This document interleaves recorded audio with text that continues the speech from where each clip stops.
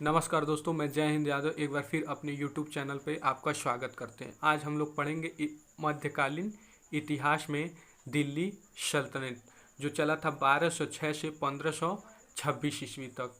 इसमें पहला टॉपिक हम लोग पढ़ते हैं गुलाम वंश जो चला था 1206 से 1290 ईस्वी तक। देखिए, इसमें गुलाम वंश में पहला जो था, गुलाम वंश के संस्थापक जो हैं कुतुबुद्दीन ऐबक हैं। कुतुबुद्दीन ऐबक हैं।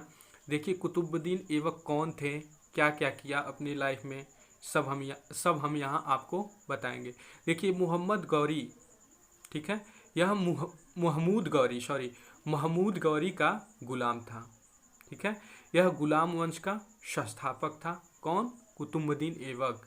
यह अपनी राजधानी लाहौर बनाई। यह अपनी राजधानी लाहौर बनाई। इसने दिल्ली में कुतुब मीनार की नींव रखी। कुतुबुद्दीन ऐबक ने कुतुब मीनार की नींव रखी थी। तो अच्छा, ये बताइए, कुतुब मीनार की नींव कुतुबुद्दीन ऐबक ने रखी थी और उसका निर्माण पूर्ण कौन करवाया था? तो आप लोग ये बताइए, कुतुबुद्दीन जो है कुतुब मीनार की नींव रखा था, तो कुतुब मीनार का निर्माण पूर्ण किसने करवाया था? इल्तुतमिश ने करवाया था। ठीक है, इसने दिल्ली में कुव्वत उल इस्लाम तथा अजमेर में 2.5 दिन का झोपड़ा नामक मस्जिद का निर्माण कराया। ठीक है, इसने प्राचीन नालंदा विश्वविद्यालय को ध्वस्त कराया था। इसे लाख बक्स, ठीक है, इसे लाख बक्स भी कहा गया है। इसको कुतुबुद्दीन ऐबक को 1210 ईस्वी में चौगान खेलते समय घोड़े से गिरकर कुतुबुद्दीन ऐबक की मृत्यु हो गई थी। ठीक है, अब देखिए, गुलाम वंश का अगला शासक कौन है? आराम शाह था। अगला शासक आराम शाह था। यह 8 माह तक, ठीक है, शासन किया। यह जो था आराम शाह जो था, यह एक अयोग्य शासक था।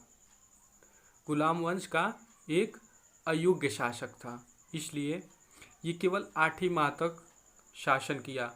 अगला देखिए कौन शासक है? इल्तुतमिश। ठीक है, अगला शासक इल्तुतमिश है। यह कुतुबुद्दीन ऐबक का गुलाम और दामाद था। ठीक है, कौन? इल्तुतमिश जो था कुतुबुद्दीन ऐबक का गुलाम एवं दामाद था। इसने अपनी राजधानी दिल्ली बनाई। कुतुबुद्दीन ऐबक ने अपनी राजधानी कहाँ बनाई थी? लाहौर में। इल्तुतमिश ने अपनी राजधानी दिल्ली बनाई। इसने कार्य के बदले, इसने जो था, इल्तुतमिश जो था, कार्य के बदले भूमि देने की प्रथा यानी इक्ता प्रथा की शुरुआत की थी। ठीक है, इल्तुतमिश को ही गुलाम वंश का वास्तविक संस्थापक माना जाता है। ठीक है, इसने कुतुब मीनार के निर्माण कार्य को पूर्ण करवाया। इसने सबसे पहले अरबी सिक्के चलवाए। ठीक है, इसने सबसे पहले अरबी सिक्के चलवाए। इसने चांदी, टक्का तथा तांबे के जीतल भी चलवाए थे। कौन? इल्तुतमिश ने। इसने 40 गुलाम सरदारों के दल तुर्क ए चहलगामी का गठन किया। इसने भी अपने जीवन काल में अपना उत्तराधिकारी, ठीक है, अपना उत्तराधिकारी अपनी पुत्री रजिया को घोषित कर दिया। कौन? इल्तुतमिश जो था, अपने जीवन काल में अपना उत्तराधिकारी अपनी पुत्री रजिया को घोषित कर दिया।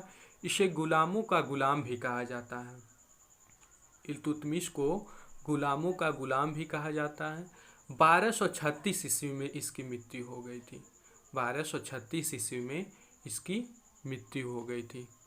अगला शासक कौन है? रक्कुद्दीन फिरोज। कौन है? रक्कुद्दीन फिरोज है। गुलाम वंश का अगला संस्थापक रक्कुद्दीन फिरोज है। यह जो था, यह एक अत्यंत विलासी प्रकृति का शासक था। यह एक अत्यंत विलासी प्रकृति का शासक था। इसके बाद आ गई रजिया गुलाम वंश में। ठीक है, गुलाम वंश का शासन करने रजिया आई। यह देखिए भारत की प्रथम, यह जो थी भारत की प्रथम मुस्लिम महिला शासिका थी। ठीक है, इसने सुल्तान की सम्मान व वृद्धि के लिए, उसने सुल्तान के सम्मान व वृद्धि के लिए अपने व्यवहार में वृद्धि किया। ठीक है, उसने पर्दा प्रथा का विरोध किया। कौन? रजिया जो थी पर्दा प्रथा का विरोध किया। वह पुरुषों की भांति कुबा एवं कुलाह, टोपी, कुलाह को टोपी कहते हैं, धारण करके खुले मुंह राज दरबार में जाया करती थी। ठीक है, रजिया तो जो थी पर्दा प्रथा का विरोध की थी और पुरुषों की भांति कुबा और कुलाह टोपी धारण करके खुले मुंह राज दरबार में जाया करती थी। रजिया का विवाह अल्तुनिया से हुआ था। रजिया का विवाह जो था अल्तुनिया से हुआ था। महिला शासिका होने के कारण, रजिया जो थी महिला शासिका होने के कारण उसके समुदाय में काफ़ी विरोध करते थे। यानी उसके समुदाय के लोग रजिया को, महिला शासक थी इसलिए उसका लोग विरोध करते थे। और उसके भाई बहराम शाह ने, उसका चचेरा भाई था बहराम शाह, जो कुछ हिंदू डाकुओं के साथ मिलकर हत्या करने की योजना बना ली और 1240 ईस्वी में कैथल के समीप रजिया का हत्या कर दिया था। ठीक है, अगला देखिए गुलाम वंश का शासक नसीरुद्दीन महमूद बना। यह शासन के प्रति तटस्थ। ठीक है, अब आप ये सोच रहे होंगे तटस्थ क्या होता है। ठीक है, यानी एकदम शासन के प्रति एकदम बहुत शक्ति से प्रयोग करने वाला शासन को, यह शासन के प्रति तटस्थ रहने वाला शासक था। यह ऐसा शासक था, ठीक है, जो टोपी सिलकर अपना जीवन निर्वाहन करता था। ये आपसे पूछा भी जा सकता है एग्जाम में, बहुत इंपॉर्टेंट क्वेश्चन है कि गुलाम वंश का ऐसा कौन सा शासक है जो टोपी सिलकर, ठीक है, अपना जीवन निर्वहन करता था। नसीरुद्दीन महमूद था। ठीक है, जीवन निर्वहन करता था। बलबन ने अपने पुत्री की शादी, ठीक है, बलबन जो था गुलाम वंश की गद्दी को लेने के लिए अपनी पुत्री की शादी नसीरुद्दीन महमूद से कर दी थी। ठीक है, इसलिए गुलाम वंश का अगला शासक बलबन बना। देखिए इसका पूरा नाम, बलबन का पूरा नाम गयासुद्दीन बलबन था। गयासुद्दीन बलबन था। इसका वास्तविक नाम बाहुद्दीन था। बलबन का वास्तविक नाम बाहुद्दीन था। वह तुर्की का विरोधी तथा फारसी का समर्थक था।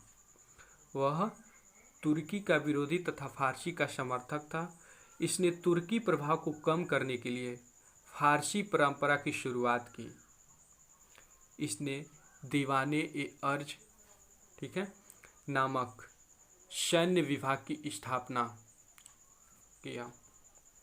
इसने सिजदा एवं पापोश की शुरुआत, इसने सिजदा एवं पापोश की शुरुआत की एवं इसने रक्त एवं लौह की नीति अपनाई। रक्त एवं लौह की नीति अपनाई। इस युद्ध के मारे गए राजा के पत्नी एवं पुत्र को बंधक बनाया जाता था। ठीक है, उसके साथ दासों का व्यवहार किया जाता था। ठीक है, इसने नौरोज, ठीक है, कौन? बलबन ने नौरोज त्योहार मनाने की शुरुआत की थी। इसने राजत्व का सिद्धांत चलाया। इस सिद्धांत के अनुसार राजा को दैतीय सत्ता माना जाता था। राजा पृथ्वी पर खुदा का प्रतिनिधि होता था। बलबन के शासनकाल में राजा जो था पृथ्वी पर खुदा का प्रतिनिधि होता था। अर्थात बलबन अपने को नियावते ए खुदाई बोलता था। ठीक है, बलबन को जिले ए इलाही, जिले ए इलाही कहा गया था। इसने तुर्क ए चहलगामी का भंग कर दिया। इसने तुर्क ए चहलगामी का भंग कर दिया। 1287 ईस्वी में बलबन बीमार पड़ा और गुलाम वंश की गद्दी उसके भतीजे कैकुबाद ने संभाली थी। ठीक है, कैकुबाद ने संभाली थी। गुलाम वंश का अंतिम शासक जो था कैमुअस था। गुलाम वंश का अंतिम शासक कैमुअस था। थैंक यू दोस्तों, अगले वीडियो में आपसे मिलते हैं।